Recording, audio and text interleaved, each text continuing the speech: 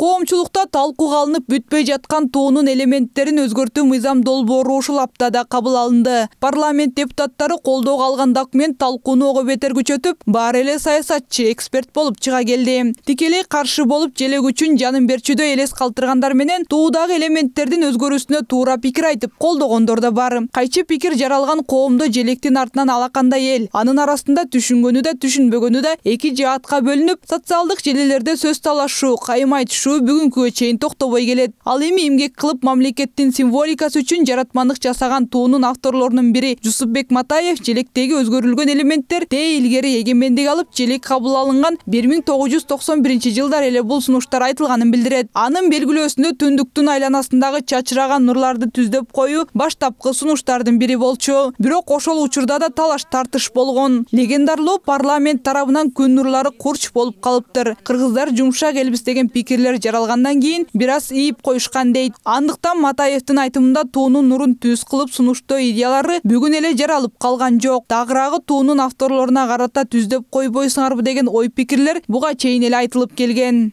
Азыркы желегибиз эле мурунку желектен кичине эле нурлар түзөлгөнү болбосо, калган ошол бойдон сакталып калды. Себеби мурда кичине нурлар ийри болсо, мурда дагы биринчи варианттарында негизи түз эле болчу нурлардын баары.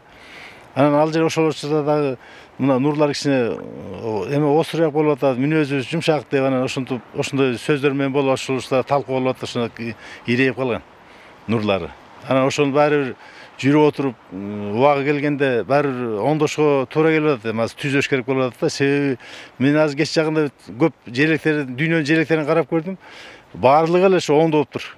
Ал эми коомдук ишмер, белгилүү журналист, жазуучу жана президенттин кеңешчиси Чолпонбек Абыкеев туунун элементтерин өзгөртүүдөгү ар кандай сын пикирлерди мыйзам ченемдүү көрүнүш катары баалады. Анын себебин ал айрым адамдардын мүнөзүнө ылайык ар кандай нерсени терс кабыл ала берери менен түшүндүрдү. Аны менен катар эле Абыкеев өз сөзүндө Кыргызстандын мындан аркы жолун түз болсун деген үмүттө философиялык ой толгоолорго таянганда түздөөлөрдүн эч кандай терс жагы жок экенин баса белгилеп айтып өттү. СССРдин учурундагы 70 жыл урунуп жүргөн тууга, гербке көнүп калганбыз. Анан ушул тууну кабыл алып, жаңы алып чыкканда түндүгүбүздө от коргутуп ийгендей болуп калды. Түндүгүбүз күйүп аткандай болуп калды. Силер биздин түндүгүбүздү күйгүзтүңөр деп канча бир макалалар жазылган. Мунуңар күн карама болуп калды. Күн карама кылдыңар бизди. Элибизди күн карама кылып, ар кимдин эле көзүн карап турган кылып койдуңар деп макалалар жазылган. Ал түгүл гербибизди дагы аябай терс сөздөр менен кабыл алган. Ага болбой эле жогорку кеңеш ошол кездеги кабыл алган, анан андайын эле көнүп кетип, бүгүнкү күндө эми кайра бир ошол тууга оңдоолорду, түстөөлөрдү киргизсек, ар кандай пикирлер айтылып атат. Туу өзгөргөн жок. Кызыл түсү кызыл боюнча турат, күнүбүз турат, түндүгүбүз турат. Болгон эле баягы түздөөлөр киргизилди. Баарыбызга белгилүү болгондой 20-декабрда туунун элементтерин өзгөртүү боюнча жогорку кеңеште мыйзам долбоору кабыл алынып, ошол күнү жетишпей калган 4 депутат 21-декабрда кайрадан трибунага чыгып, Кыргыз Республикасынын мамлекеттик символдору жөнүндө мыйзам долбоорун колдой турганын айтып чыгышты.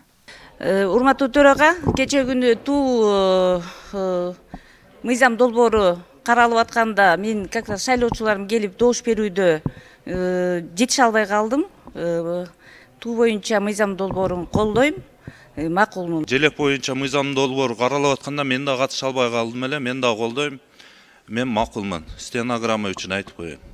Ал эми туунун элементтерин өзгөртүү боюнча ар түрдүү сын пикирлер айтылып жатканы менен айрым эл өкүлдөрү мындан чоң саясатты жаратуунун кереги жок деп эсептешет. Биздин туубуздун ичиндеги түндүгүбүздүн ортосунда болгон чамгарактарды мен өзүм изилдеп карап чыктым. 3 чамгарак бул боз үйгө астык кылат экен, чоң боз үйгө.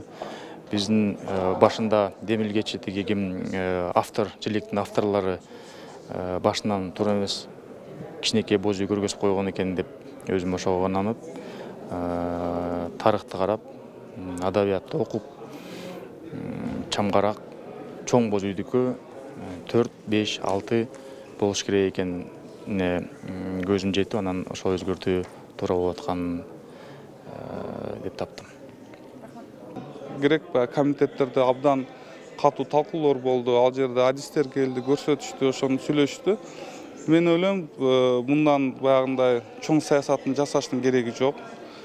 Туу ошол боюнча эле биздин желегибиз ошол боюнча эле кызыл, ошол эле күн нурлары бар, ошол эле түндүгүбүз бар. Бул кичине баягы өзгөртүүлөрдү киргиздик. Белгилей кетчү жагдай Кыргыз Республикасынын мамлекеттик символдору жөнүндө мыйзам долбоору учурда президент Садыр Жапаровдун кароосунда турат. Эске салсак, 20 декабрда Жогорку Кеңеш мамлекеттик тууну өзгөртүү боюнча мыйзам долбоорун 3 окууда кабыл алды. Эл өкүлдөрүнүн арасынан 5 каршы добуш берди. Айтурган Жапаркулова, Жылдыз Кадырбаева, Нью ТВ.